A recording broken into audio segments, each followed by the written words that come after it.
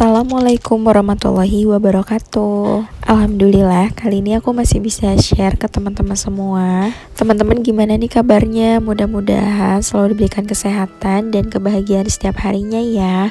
Amin amin ya Allah ya rabbal alamin. Nah, ini udah di pertengahan bulan April ya teman-teman. Kali ini aku mau sharing dan sedikit mau ngebahas tentang gimana caranya mendapatkan penghasilan tambahan atau passive income. Tentunya tonton terus videonya sampai habis ya teman-teman. Nah, ini aku sambil unboxing belanjaan mingguan. Tadi aku beli ikan ya, terus ini aku beli ayam fillet. Kalau buat bulan puasa ini cocok banget ya buat stok frozen, kayak bikin katsu gitu, bisa di stok di kulkas. Nah, ini aku beli ayamnya 1,5 kilogram.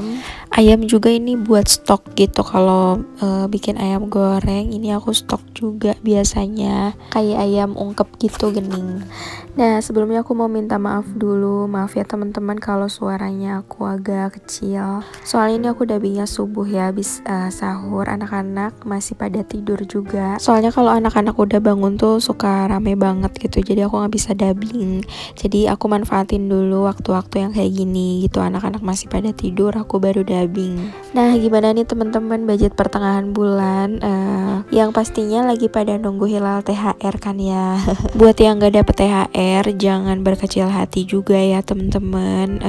Aku juga pernah saranin buat nabung dari sekarang. Jadi tiap bulan kita tuh save uang buat dana khusus atau sinking funds THR, yang nanti tahun depan kita bisa manfaatkan uang itu buat keperluan THR ya, untuk Idul Fitri. Nah, di pertengahan bulan ini biasanya aku suka cek lagi budget yang ada gitu, yang tentunya biar bisa lebih self control juga. Nah, biasanya kalau THR kan datangnya tuh pas mau lebaran gitu ya teman-teman. Nah, untuk budget kayak misalkan bikin kue atau beli baju untuk anak, biasanya aku suka gilirin dulu uangnya ya, atau pakai dana yang ada dulu gitu. Misalkan dana sinking funds yang ada di rumah, kita pakai dulu uangnya, nanti diganti lagi sama dana THR. Jadi ya sebenarnya pintar-pintar aturnya aja ya teman-teman. Terus sebelumnya kita perkirakan dulu ya, biasanya dapat THR tuh berapa. Terus nanti kita budgeting dulu gitu untuk dana THR ini. Jangan lupa pengelolaan untuk dana THR yang udah aku share di Instagram juga. Bagusnya juga untuk menyisihkannya untuk investasi. Terus banyak juga teman-teman yang nanya nih, investasi yang aman untuk ibu rumah tangga apa sih? Nah, kalau aku sendiri di sini lagi nyoba investasi gold, logam mulia. Kayak YouTube juga sama ya teman-teman, bikin channel YouTube juga ini termasuk salah satu investasi juga. Memulai usaha bisnis kecil-kecilan. Terus aku juga mau kenalin ke teman-teman investasi yang aman dan sesuai syariat. Nanti aku bakal bahas ini di akhir video, karena banyak juga teman-teman yang nanya dan takut ya akan investasi ini. Kita kan nggak tahu gitu ya jenis investasi yang diperbolehkan atau tidak gitu. Nah, sebagai ibu rumah tangga kita juga harus melek finansial ya teman-teman. Di samping itu kita juga harus berusaha ya, kalau misalkan ekonomi di rumah tuh pas-pasan, atau misalkan ekonomi suami lagi diuji, jangan sedih ya, jangan khawatir, masih banyak jalan keluarnya. Allah pasti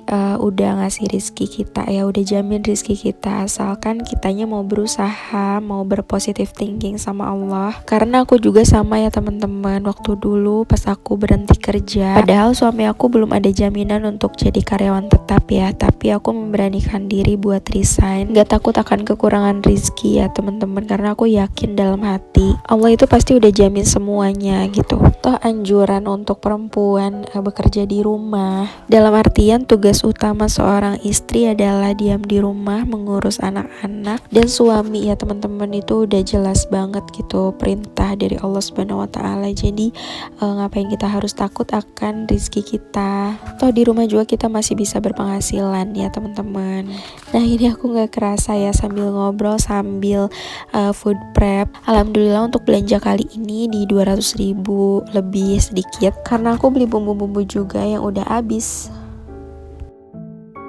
Nah, sekarang aku mau cek budget pertengahan bulan dan apa yang harus kita lakukan di pertengahan bulan agar sampai akhir bulan tuh masih tetap aman ya teman-teman. Nah, sebelum meneruskan, di sini aku mau disclaimer dulu ya teman-teman. Kalau aku sharing keuangan ini bukan bermaksud apa-apa, bukan bermaksud untuk pamer atau mau terlihat sukses atau gimana gitu. Tapi aku mau mengajak teman-teman yang terutama di sini sulit untuk menabung atau keluar dari utang. Insya Allah di sini aku mau bantu teman-teman dengan sharing pengalaman aku sendiri. Ya meskipun ini gak seberapa ya teman-teman, aku yakin banyak banget teman-teman di luar sana yang udah berhasil, bahkan yang benar-benar sukses gitu. Tapi untuk aku sendiri di sini aku sangat menghargai apa yang aku pelajari ya teman-teman. Jadi sekecil apapun yang kita pelajari, yang kita terapkan, aku pengen teman-teman juga ikut merasakannya, ikut merasakan dampak positifnya. Nah, ini aku cek budget untuk orang tua, belum aku kasihin ya sebagian. Kemarin belum sempet dikasihin karena uangnya nggak dibawa, tapi nggak tahu mau dikasih uang atau berupa barang gitu ya teman-teman. Nah, ini budget belanja mingguan, pas aku hitung ini ada 500.000 lagi karena kemarin itu udah kepake 300.000 ya. Untuk uang-uang yang lain ini udah dikasih-kasihin ya. Biasanya kalau misalkan bensin, uang listrik gitu, yang lain-lain aku suka kasihin ke suami buat bayar-bayar. Nah, ini untuk uang jajan tinggal 100.000 lagi. Sebenarnya ini ada sih uang di dompet yang satunya lagi ya teman-teman, kayak uang receh gitu, uang yang udah kepake, cuman aku nggak masukin lagi ke sini. Untuk uang hiburan ini tinggal 300.000 lagi, dan keperluan lain-lain 150. Nah, biasanya di sini aku suka ngerem ya, kalau misalkan uang jajan tinggal 100.000 lagi nih, berarti kita harus ngerem uang jajan. Kalaupun misal over budget dari uang jajan ini, biasanya aku suka pakai uang dari jualan kecil-kecilan aku ya teman-teman. Jadi pentingnya itu usaha sampingan, alhamdulillah yang bisa sedikit-sedikit membantu ya teman-teman. Nah, kalaupun dari teman-teman yang udah punya usaha sampingan tapi masih gitu-gitu aja, terus pengen nambah lagi gitu penghasilan tambahan, tapi teman-teman gak perlu terlalu mengeluarkan waktu yang banyak, aku punya saran buat coba memulai passive income. Nah, setidaknya ketika kita menabung untuk keperluan akhirat ya teman-teman, jangan lupa untuk menabung kurban, untuk masjid, untuk umroh yang kita bisa sisihkan. Meskipun sedikit-sedikit ya teman-teman, di sini Allah pasti lihat niatan kita dan usaha kita. Begitu juga untuk kepentingan investasi ya, kayak misalkan beli emas atau logam mulia, itu kita bisa nabung sedikit-sedikit ya teman-teman.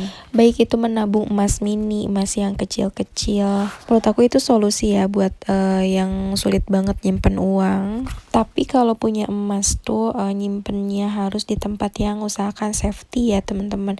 Kalau enggak beli kayak misalkan box gitu yang ada kuncinya atau pengamannya. Dulu sih aku pernah lihat ya di marketplace yang kayak gitu. Jadi biar lebih safety juga gitu. Dan tentunya minta pertolongan dan perlindungan dari Allah juga ya teman-teman. Nah, ini ada sinking funds aset ya di sini. Belum aku isi lagi, tapi ada tabungan di sini 600.000 yang udah aku save di koperasi juga. Dan aku mau alokasikan sebagian dari sinking fundsku ini untuk investasi ya teman-teman. Karena sinking funds aset ini baiknya dialokasikan untuk investasi atau modal usaha gitu. Tujuannya agar uangnya tetap bekerja dan mendapat passive income. Nah, aku pengen uang yang aku investasikan bisa berguna juga untuk membantu usaha kecil menengah atau UMKM.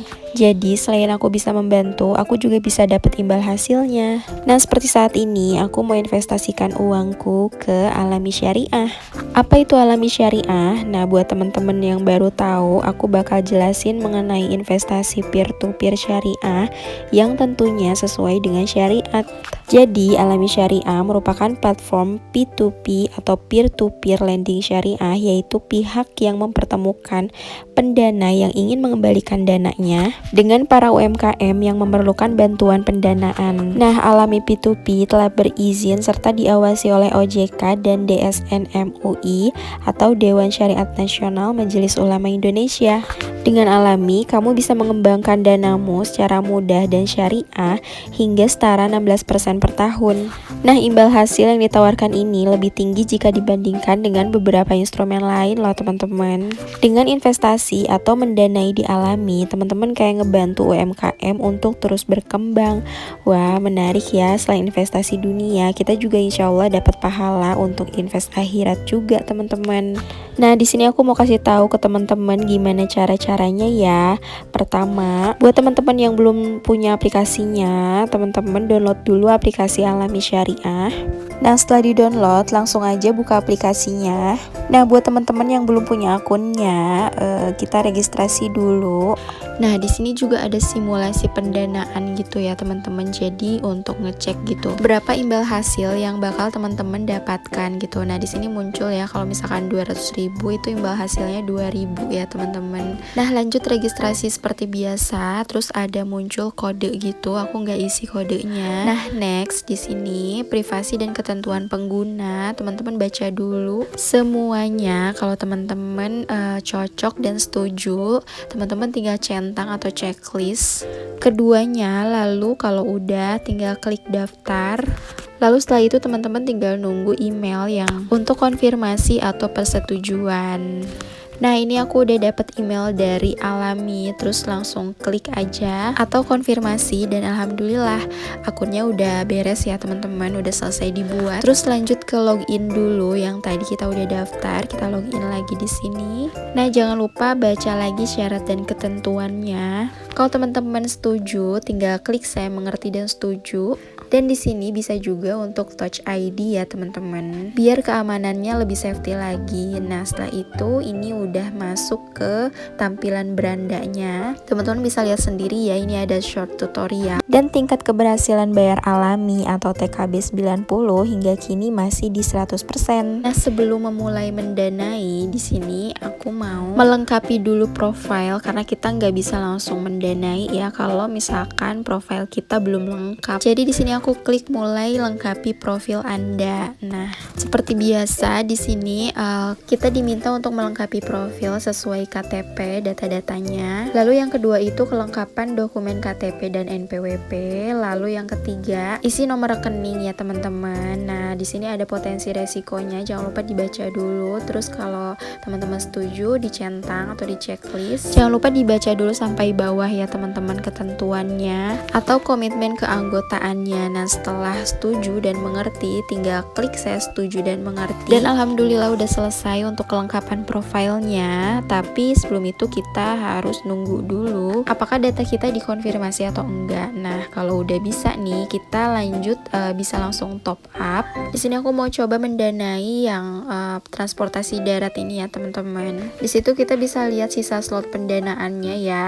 Jadi yang mendanai itu baru 29%. Nah, di sini aku mau coba top up 200.000 ya, terus akan muncul imbal hasilnya di sini 3.300. Nah, selanjutnya lalu klik danai sekarang. Nah, teman-teman di sini ada voucher juga. Kalau misalkan ada voucher itu bisa dimasukin juga ya.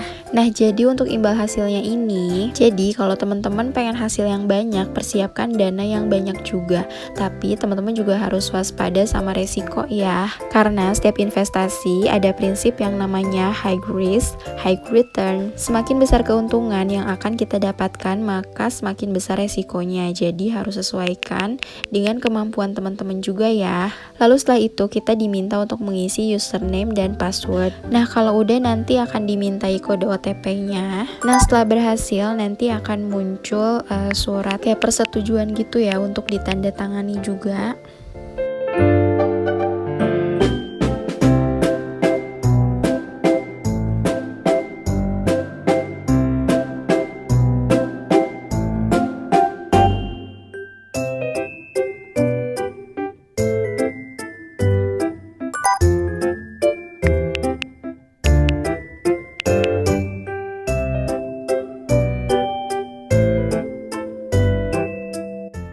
Nah, langsung muncul semua keterangannya. Di sini juga ada tanggal jatuh temponya. Kalau udah setuju, lanjut klik saya setuju. Nah, sampai sini alhamdulillah proses pendanaannya udah beres. Jadi nanti kita tinggal menunggu pencairan atau pengembalian dana. Nah, jadi gitu ya teman-teman, untuk investasi di Alami Syariah peer-to-peer lending, kita bisa melakukan investasi yang tentunya sesuai dengan syariah sambil melakukan kebaikan yang berdampak positif untuk masyarakat. Nah, buat teman-teman yang mau download aplikasinya, aku udah taruh linknya di description box ya. Segitu dulu video dari aku, mudah-mudahan bermanfaat. Jangan lupa di like, comment, subscribe. See you in 142 episode. Wassalamualaikum warahmatullahi wabarakatuh.